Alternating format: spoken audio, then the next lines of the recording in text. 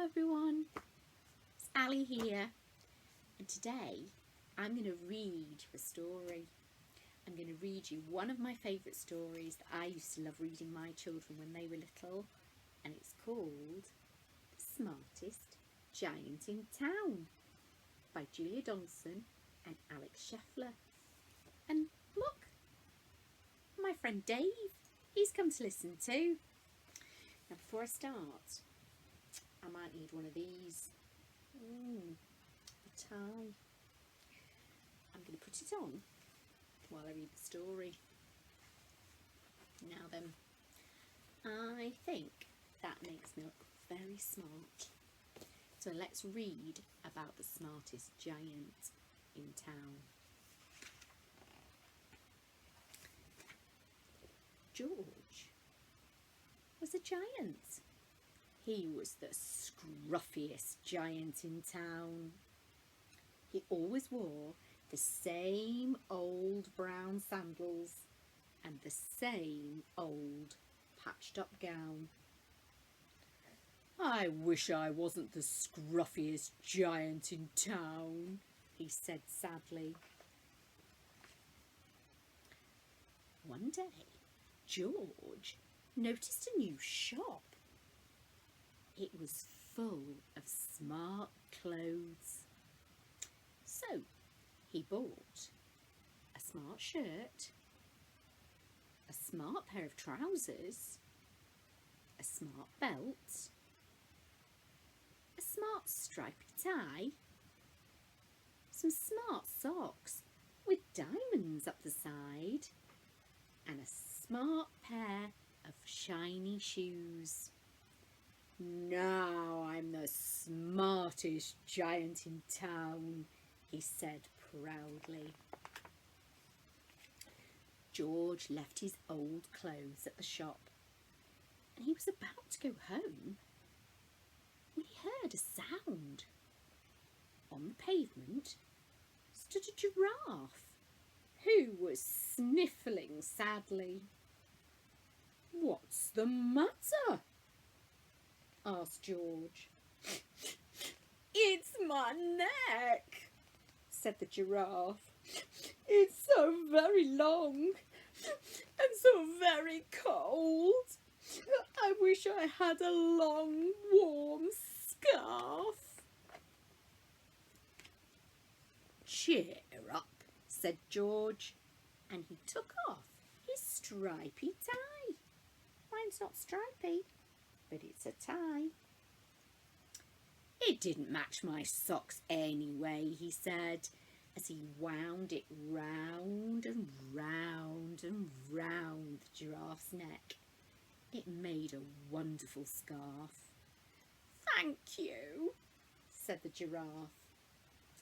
As George strode towards home, he sang to himself, "My tie's a scarf for a cold giraffe, but look me up and down, I'm the smartest giant in town." George came to a river,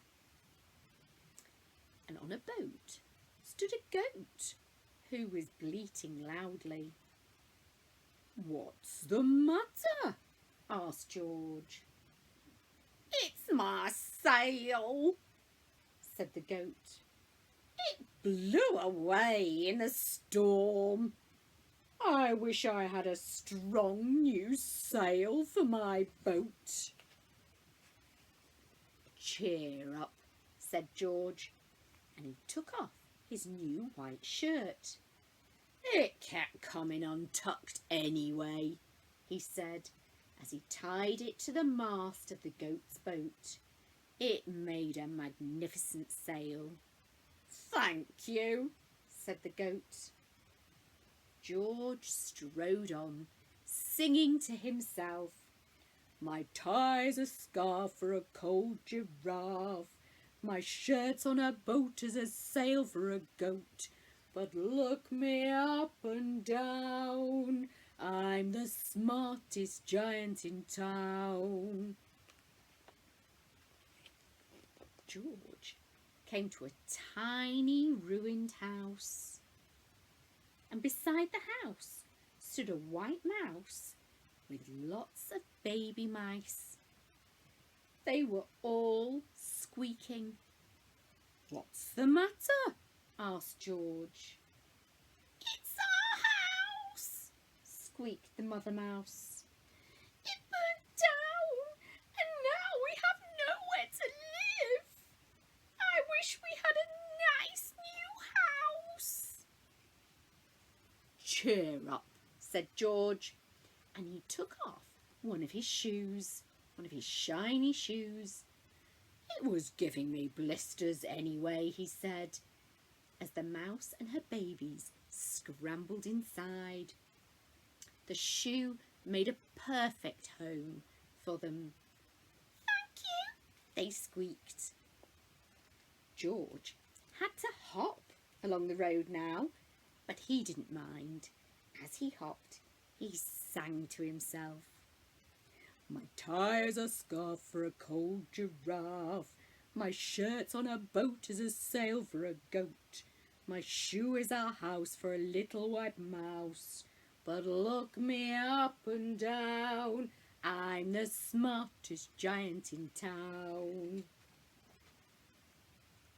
George came to a campsite, and beside a tent stood a fox who was crying. "What's the matter?" asked George. "It's my sleeping bag," said the fox. "I dropped it in a puddle. I wish I had a warm, dry sleeping bag." "Cheer up," said George, and he took off one of his socks with the diamonds up the side. "It was tickling my toes anyway," he said. As the fox snuggled into it, it made a very fine sleeping bag. "Thank you," said the fox. George hopped on, singing to himself. "My tie's a scarf for a cold giraffe. My shirt's on a boat as a sail for a goat. My shoe is a house for a little white mouse. One of my socks is a bed for a fox. But look me up and down, I'm the smartest giant in town." George came to a squelchy bog, and beside the bog stood a dog who was howling. "What's the matter?" asked George. "It's this bog," said the dog. "I need to get across, but I keep getting stuck in the mud. I wish there was a safe, dry path." "Cheer up," said George, and he took off his smart new belt. "It was squishing my tummy anyway," he said, as he laid it down over the bog. It made an excellent path. "Thank you," said the dog. The wind started to blow, but George didn't mind. He hopped along, singing to himself. "My tie's a scarf for a cold giraffe. My shirt's on a boat as a sail for a goat. My shoe is a house for a little white mouse. One of my socks is a bed for a fox. My belt held a dog who was crossing a bog. But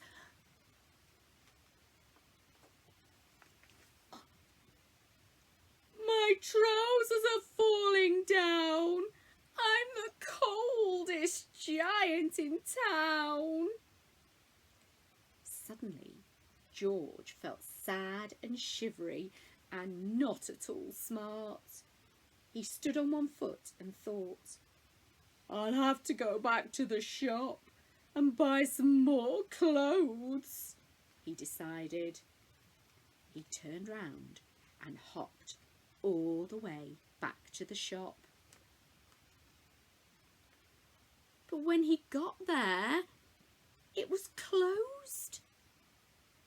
"Oh no!" cried George. He sank down onto the doorstep and a tear ran down his nose. He felt as sad as all the animals he had met on his way home. Then, out of the corner of his eye, he saw a bag with something familiar poking out at the top. George took a closer look. "My gown!" he yelled. "My dear old gown and sandals!" George put them on. They felt wonderfully comfortable. "I'm the cosiest giant in town," he cried, and he danced back home along the road. Outside his front door stood all the animals he had helped. They were carrying an enormous present. "Come on, George," they said. "Open it." George untied the ribbon. Inside was a beautiful gold crown and a card. "Look inside the card, George," said the animals. George put the crown on his head and he opened the card. Inside it said, "You gave your scarf to a cold giraffe, your shirts on a boat as a sail for a goat. Your shoe is a house for a little white mouse. One of your socks is a bed for a fox. Your belt helped a dog who was crossing a bog. So here's a very fine crown to go with the sandals and gown of the kindest giant in town." The end. Dave enjoyed the story. I hope you did too.